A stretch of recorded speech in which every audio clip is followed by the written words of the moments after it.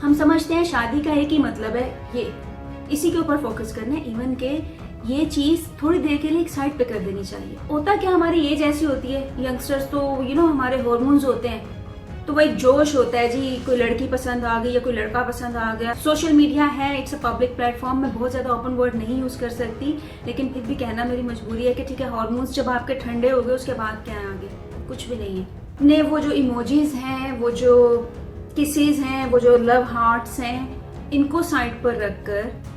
इनका एक वक्त है, वो आ जाएगा निकाह के बाद। जल्दी किस चीज की? हर इश्यू को डिस्कस करो, ओपनली करो।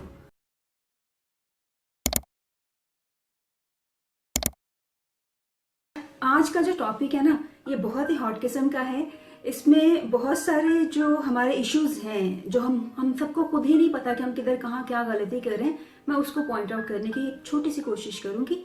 किसी की दिल आजारी करने का मेरा कोई मकसद नहीं है, मैं जस्ट जो रियलिटी है, जो फैक्ट्स हैं, मैं उनको पॉइंट आउट करना चाहती हूँ, ताकि हम सब कहीं ना कहीं थोड़ी सी एडजस्टमेंट करके अपनी लाइफ में मूव ऑन कर जाएं।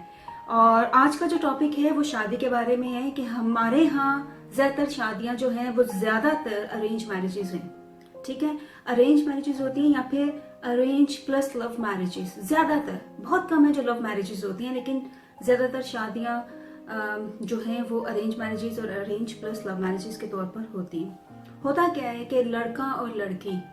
दोनों ने अपने दिमाग में ना एक फिल्म्स देखकर, ड्रामास देखकर एक ख्वाब सजाया हुआ होता है कि इस तरह का लड़का हो, यूं उसकी हाइट हो, इतना उसका कद हो, यूं उसके पैक्स बने हुए हो,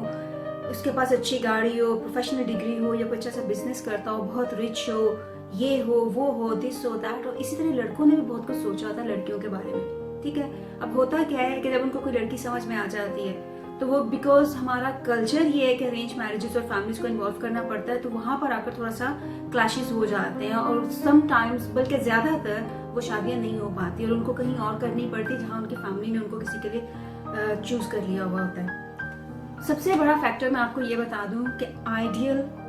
एग्जिस्ट करता ही नहीं है। दुनिया का कोई इंसान 100% परफेक्ट नहीं है, 100% खुश नहीं है। अगर आप कहते हैं कि पैसा खुशी की अलामत है, तो बहुत सारे मैंने पैसे वाले लोग देखे हैं जो रात में सुकून से सो नहीं सकते जब तक वो 2-3 टैबलेट्स ना ले लें नींद की। और मैंने बहुत सारे गरीब देखे हैं जो झोंपड़ी में सोते हैं लेकिन नींद बड़ी मजे की लेते हैं। उनके पास पैसा नहीं है, रहने को छत ऐसी नहीं है कि वो सुकून से पानी ऊपर से टपक रहे, लेकिन वो बड़े खुश हैं अपने हाल में। पैसा खुशी की अलामत नहीं है, आइडियलिज्म कोई नहीं होता, थोड़ा सा हमें प्रैक्टिकल होना पड़ता है। होता क्या, हमारी एज ऐसी होती है, यंगस्टर्स तो हमारे हार्मोन्स होते हैं, तो वो एक जोश होता है जी, कोई लड़की पसंद आ गई या कोई लड़का पसंद आ गया, दिस एंड दैट, इसके साथ मैं होऊंगा तो ये हो जाएगा। लेकिन थोड़ी देर के लिए मैं आपसे रिक्वेस्ट करूंगी, लड़कों से भी लड़कियों से भी, थोड़ी देर के लिए प्लीज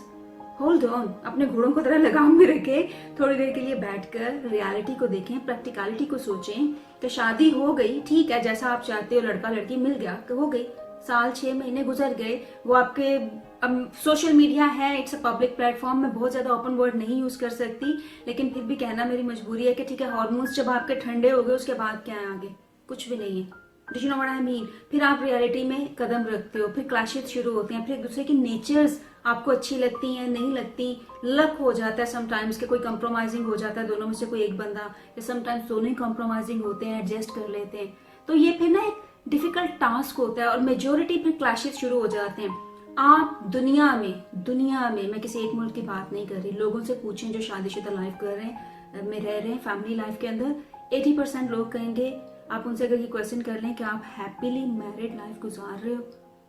पब्लिकली वो सबके सामने शायद कह दे, यार वी आर वेरी हैप्पी, लेकिन अगर आप उनको सीक्रेटली पूछे तो 80% लोग कहेंगे कि यार हम गुजारा कर रहे हैं या तो फैमिली की वजह से, या किड्स की वजह से, या फाइनेंसिस की वजह से, बिकॉज यहाँ के जो कंट्रीज हैं यहाँ पे डिवोर्सेस वगैरह में फाइनेंस का बड़ा इशू हो जाता है, प्रॉपर्टीज और this and that, bank balances, बच्चे इन्वॉल्व हो जाते हैं, बहुत कुछ है। तो 80% लोग they are not happily married, ठीक है, लेकिन वो शादीशुदा है, और यही वजह है कि वो बाहर मुंह मारते हैं। समझ रहे हैं ना मैं क्या कहना चाह रही हूँ? तो मेरी आपसे गुजारिश है, जब आपको कोई लड़का लड़की पसंद आ जाता है या आपकी फैमिली किसी को आपके लिए चूज कर लेती है और आपको ये अपॉर्चुनिटी प्रोवाइड करते हैं कि आप एक दूसरे को जान लो, एंगेजमेंट से पहले, एंगेजमेंट के बाद, फोन कॉल्स के ऊपर, या कहीं पर्सनली मिल लो, साथ में कोई बड़ा चला जाए, कोई फैमिली मेंबर चला जाए, वो थोड़ा सा दूर होकर बैठ जाए, आप कहीं और बैठ जाओ, तो आप इस अपॉर्चुनिटी को अवेल करो, इसको आप समझो it's a golden opportunity for you both. उसमें आप शादी के बाद की हर चीज को, आने वाली हर चीज को, हर इश्यू को डिस्कस करो, ओपनली करो, अच्छाइयाँ बुराइयाँ सब चीजें डिस्कस कर लो। अगर आप आजकल व्हाट्सएप है, फोन कॉल्स हैं, फोन बड़ा इजी है कि आप बैठकर सारी सारी रात बातें करते भी हैं, राइट? एम आई राइट और रॉन्ग? ठीक है, लेकिन उसमें थोड़ी देर के लिए आप अपने वो जो इमोजीज हैं, वो जो किसेस हैं, वो जो लव हार्ट्स हैं, इनको साइड पर रखकर, इनका एक वक्त है, वो आ जाएगा निकाह के बाद, जल्दी किस चीज की, उसको एक साइड पर रख दो। वो डिसाइड हो गया ना, करना है, शादी करनी है, सारा कुछ ही होगा, बच्चे भी आएंगे, सब कुछ होगा। प्रैक्टिकलिटी की तरफ सोचो। वो जो 6-6 घंटे लॉन्ग कन्वर्सेशन होती है, उसमें आप ऊंच नीच एक दूसरे के साथ डिस्कस कर लो, किसने काम करना है, किसने नहीं करना, घर के फैमिली मेंबर्स की क्या आदतें हैं, अच्छाइयाँ क्या हैं, बुराइयाँ क्या हैं, कहाँ पे कौन कंप्रोमाइज कर सकता है, कहाँ पे कौन नहीं कंप्रोमाइज कर सकता। डूज एंड डोंट दोनों डिस्कस कर लो, A to Z कर लो। आप यकीन जानो, अगर आप इन चीजों को कर लोगे, बाद में जब शादी कर लोगे तो आप समझोगे जैसे आप बड़े सालों से एक दूसरे के साथ इकट्ठे रहते आ रहे हो, आप अजनबी नहीं हो एक दूसरे के लिए। हमारे यहाँ क्या होता है कि जब फोन कॉल्स पे हम बातें शुरू कर देते हैं शादी से पहले, तो वो थोड़ा सा डिस्कस होता है फैमिली मेंबर्स का, लेकिन ज्यादातर क्या उस टाइप की बातें होती हैं जो कि मुनासिब नहीं है पब्लिक प्लेटफॉर्म के ऊपर मैं एक्सप्लेन कर दूं। वो बातें हैं जिनका एक वक्त है शादी के बाद का। वो ये सिर्फ और सिर्फ हम लोग उस टॉपिक के पीछे लग जाते हैं, बिकॉज हमारे हार्मोन्स होते हैं ना, तो हम उसी को फोकस कर लेते हैं। हम समझते हैं शादी का एक ही मतलब है ये, इसी के ऊपर फोकस करना है। इवन के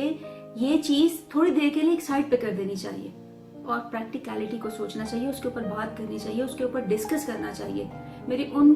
बुजुर्गों से भी गुजारिश है कि जो ये समझते हैं आज तक कि भाई हमारे मजहब में ये अलाउ नहीं है कि लड़का लड़की बाहर जाकर एक दूसरे से मिले या ये करें, ठीक है मैं अंडरस्टैंड करती हूँ, उनको फोन कॉल्स के ऊपर आप अलाउ कर दे, एटलीस्ट वो अपने एक दूसरे के साथ एक अंडरस्टैंडिंग डेवलप कर ले, लेकिन with in limits, with in boundaries. जो हमारा मजहब भी कहता है, जो शरई तौर पर भी जायज है, उन सब चीजों का एहतराम और लिहाज रखते हुए। लेकिन मेरी इन लड़के लड़कियों से सबसे ये गुजारिश है कि बजाय आप फिजिकल इंटीमेसी के टॉपिक के ऊपर बातें करने के, सॉरी टू से,